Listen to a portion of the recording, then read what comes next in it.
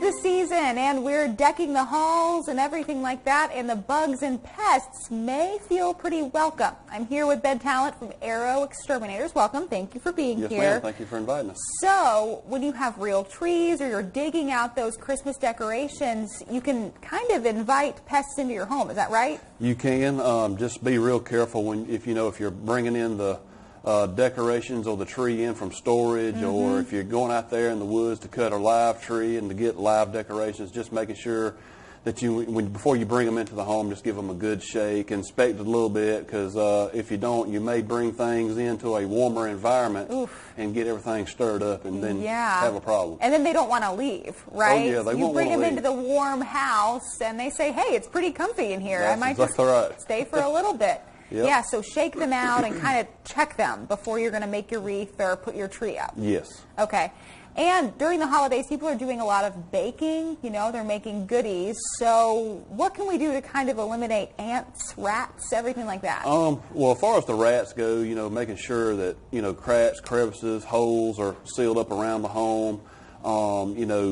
If it's the size of a dime, if a rodent period can get its nose into a spot period, then the whole rodent can get in there, whether it's a squirrel, mouse, rat, whatever. That's a scary thought.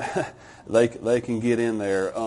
Something simple as people that have fireplaces stacking the firewood at least 20 foot away from the house. Making sure it's stacked up off the ground so you don't when you're bringing the firewood in, bringing the pest in that way.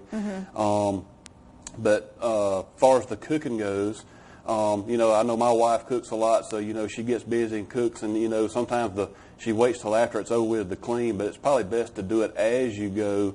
That way, when you get busy or you get, interrupted, then you don't have something over there, sugar or whatever the case may be, after you've cooked or prepared those goodies, and then you forget about it, then you got ants trailing in or whatever to get to the goodies that you've prepared for others. Right. Yeah, you want Santa's cookies to actually go to Santa. That's exactly right. And not the bugs that you're welcoming in. Yep. Yeah. What else do people know this time of year when it comes to pest control?